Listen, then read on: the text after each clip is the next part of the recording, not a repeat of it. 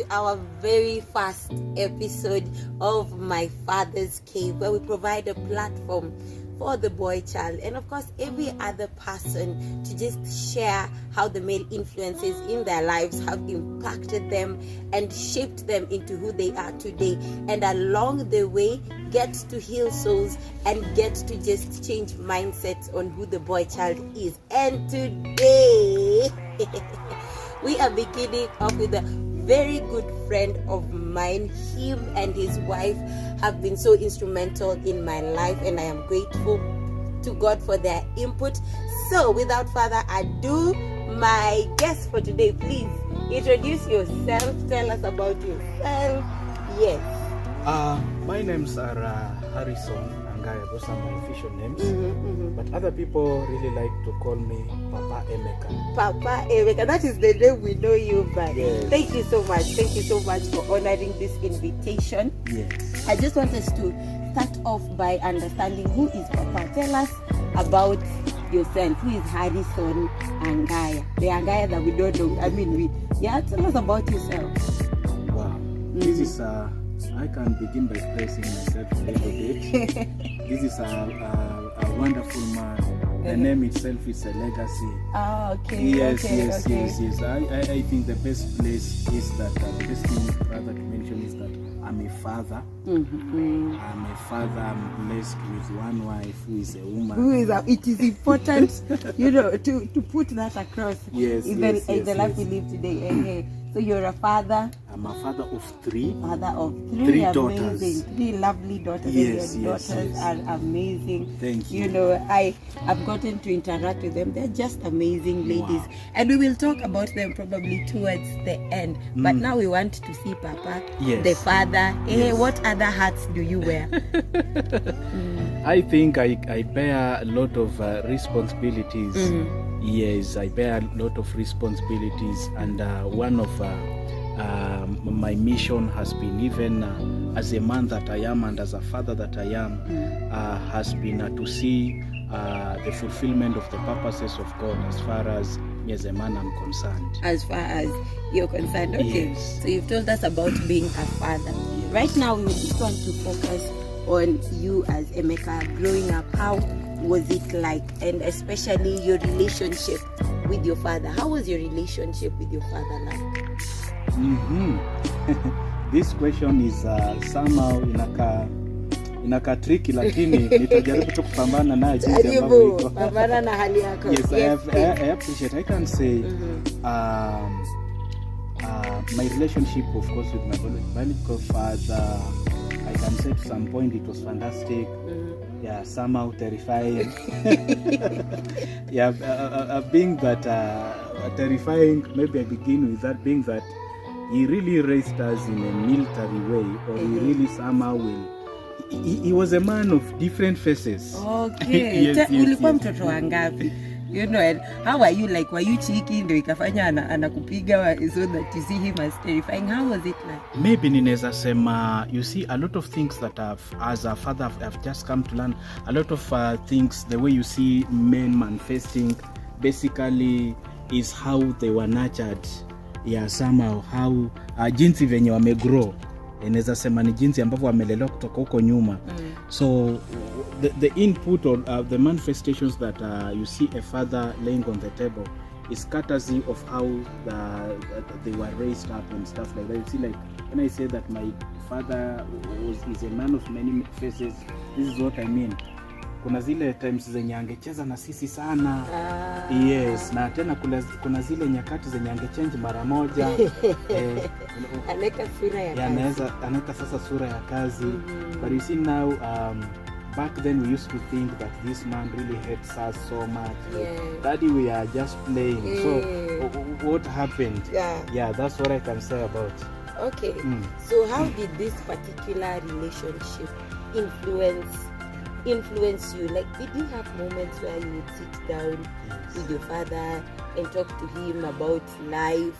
Did he advise you, or did he have time for you that you would sit down and just glean from his wisdom? Because I think one of the challenges that we are facing, and this particular generation is facing. You hear most of them, oh, my father is not around, oh, my father left when we were young. So we already know your father was in your life, still is in your, still is in your life. So did you have that father-son kind of relationship where you are able to just be honest with him and even go and tell him, Dad, kuna mrembo mwingine nimeona hapa, how was it like, and how do you think it influenced you growing up, even to the stage that you are at right now in life? Yes, thank you so much. I think what I can say is that me growing up, one thing that my father really cultivated on was in a place of us being raw and candid with him. Like even as a boy child, I can say with confidence that I did not struggle when it came to the issues or matters of me asking my dad questions, because in the first place me hupenda kuuliza maswali sana. Yes. And I remember, it's just funny the way umeileta. Nakumbuka siku moja I think I was around 17, 18. Now nilikuwa nimejitega mahali kwa njia kidogo, so nimerizwa by the ushago. Okay, so it's just that now God has graced me to be in the city, but nimesafishwa. Mimi ni kienyeji real kabisa. Yes, in terms of me being a man. So I remember one day alipita anambia, I see you. Ile akunisignal na kucheka boy na kuona. So later on the day ndio akaniambia, my son, I know what you are doing. Ulikuwa unafanya nini? Tuambie ulikuwa unafanya nini? Actually mimi nilikuwa natagea academy, nilikuwa nimechess hivi. Yes. So the fact that he acknowledged actually, as a matter of fact, later ndiye aliniita sasa, akaanza kunichanua. Sasa hivi ndio na approach mrembo. These are the words that you tell the girl. These are things that you avoid. Yes. Yes. And I think that is very awesome. Because some growing up unapata mzazi angekupata na demu hivyo. Ungejua hujui. And I think also for the ladies, if your parents, like, probably, because parents are very protected. So if your parent found you with a boyfriend, wangezua kabisa. But I also think how a parent responds to their child at that stage in life, it really matters. Because now it teaches them that they can be open to even ask questions. I think one of the gifts that I had in my parents is that they allowed me. They allowed me. But of course, I was not that kind of child. I didn't have boyfriends growing up. Definitely had crushes, but I was not in relationships. But one of the things that even my mom was very open about was like, if you have a friend and it is a boy, bring them. Bring them home. So back to you. Now your father has seen you with a girl, and then he tells you this is how you approach them. What did that do for you in that moment? I think in the first place, it gave me a big confidence. Naweza sema ilinipea motisha sana ya mimi, number one, kumtrust na my secret. Yes, and then number two, I knew ilinipea pia structure, accountability ya kuku accountable. Nilijua hakuna venye ninaweza nikajimesu huku nje and yet I'm accountable kwa mzaaya as far as ataniulizia as far as hii relationship iko concerned. Is a man full of wisdom. Yes. Okay, all right. Sawa.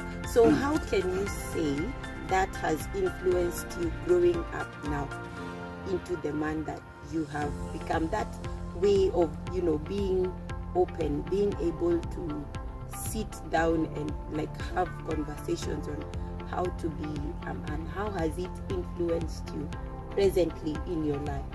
Wow, neza sema being that now I'm a family person, I think is one of the cultures zenye nimeka open kwa table.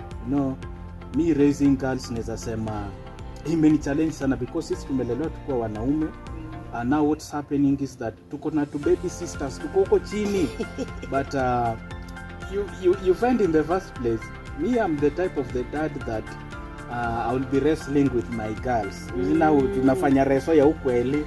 So you find that now the mom now has to like remind me, these are girls. These are girls, yes. Please try to mind how you talk to them, even the games that you play with, because mi sijailelewa na my sisters na vitu kama hizo.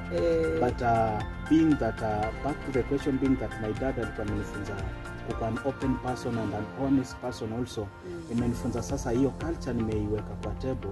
I've been also training my daughters to be as open as they can and as honest as they can. Try to be with us.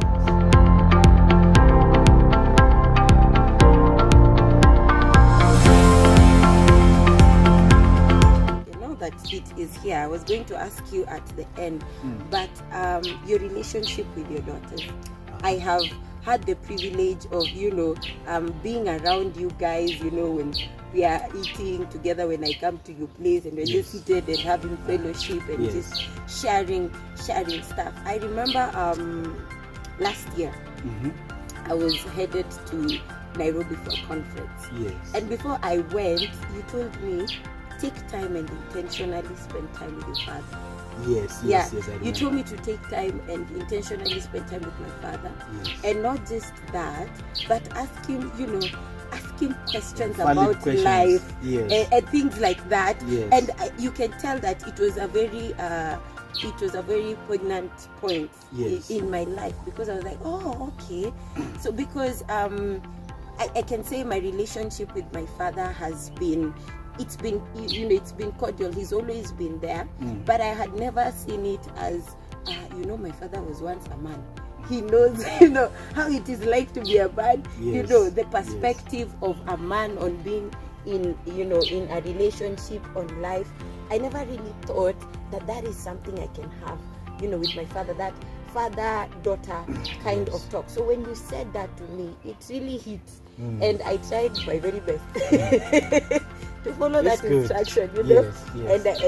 And I went, and we spent some time together, just having conversation, and me being open and candid about a few things that I was going through. So as a father, and we're going to go back to your life then. Yes, but as a father now, what can you say is the importance of having that kind of relationship with your daughters, where you're able to instruct them, where you're able to talk to them about life from a male's perspective? What is the importance of that? Nafikiria from my own perspective, in the first place, one thing as a man I came to discover is that we are overprotective when it comes to our daughters. Every man operates somehow like a lion.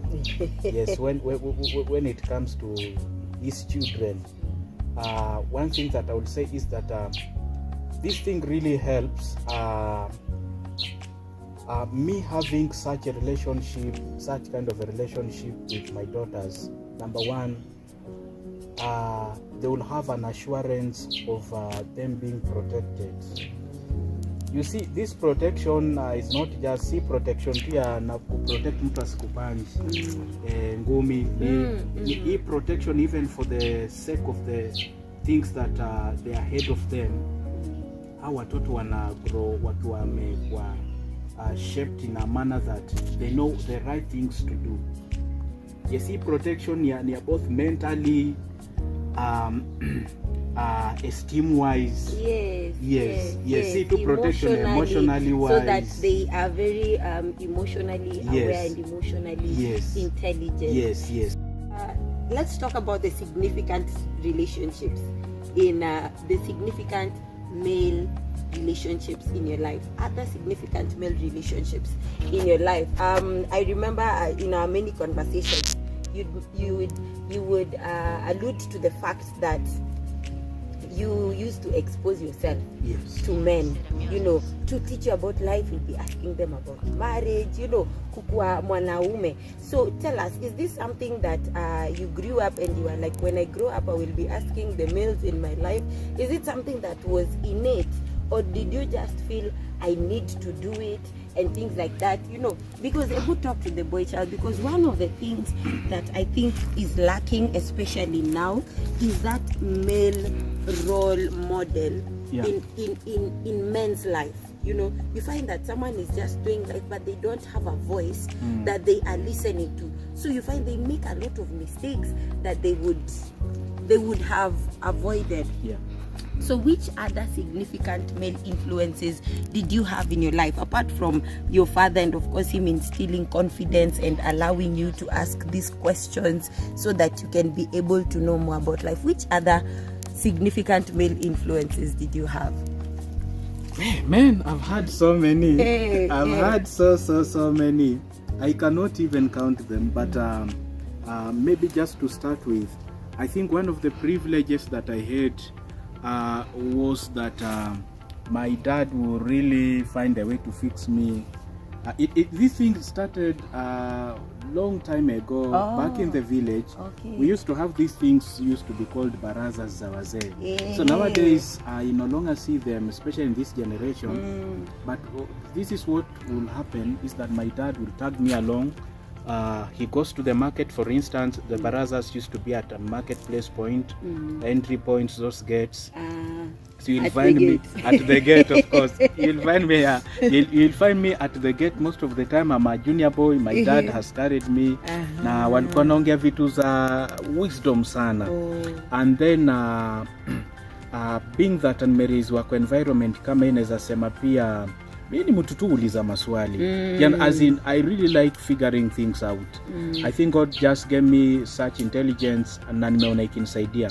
Like for instance, I had mtu kama tunamuitanga Guka, I and my wife. He's a very wise man, he's a servant of God. Back then nilikuwa ninakaa na watu kama hao. So you will find I used to disturb them with a lot of questions. Maswali gani? Hebu tuambie maswali gani sasa hivi? I remember, I think the first question I ever asked ni ile niliuliza, mbona ninaamkanga asubuhi napata kuna kitu imefura hapa kwa trouser. Actually, I asked my Angaya. Will you ask? You must have been very bold. I even don't know how it came out, but I think because I was so vulnerable and also they gave me the space. The space. I remember I asked my Bukana, akaniambia, mchuku wangu, ninaona sasa umeanza kufika yani age. Umeanza sasa kukoma. Sasa akanieleza sababu ya inafanyika hivyo na nini. I gave the confidence. The next question, I think I asked him again. We were actually building one of our uncle's house. So nikamuuliza, who is a woman? Because naona niko na my mom, niko na my aunties, niko na shosho hapo. So ningemuuliza tu kama, so who is a woman? I can't remember the exact answers but that he gave me, but we yani najaribu to express an openness that we had. So kuna hiyo Guka, later nika travel, sitaongea mambo mengi sana because haitaisha saizi. Later nikajikuta niko Nairobi. Nilikuwa na kienyeji amefika Nairobi. Big tune. Amefika Nairobi.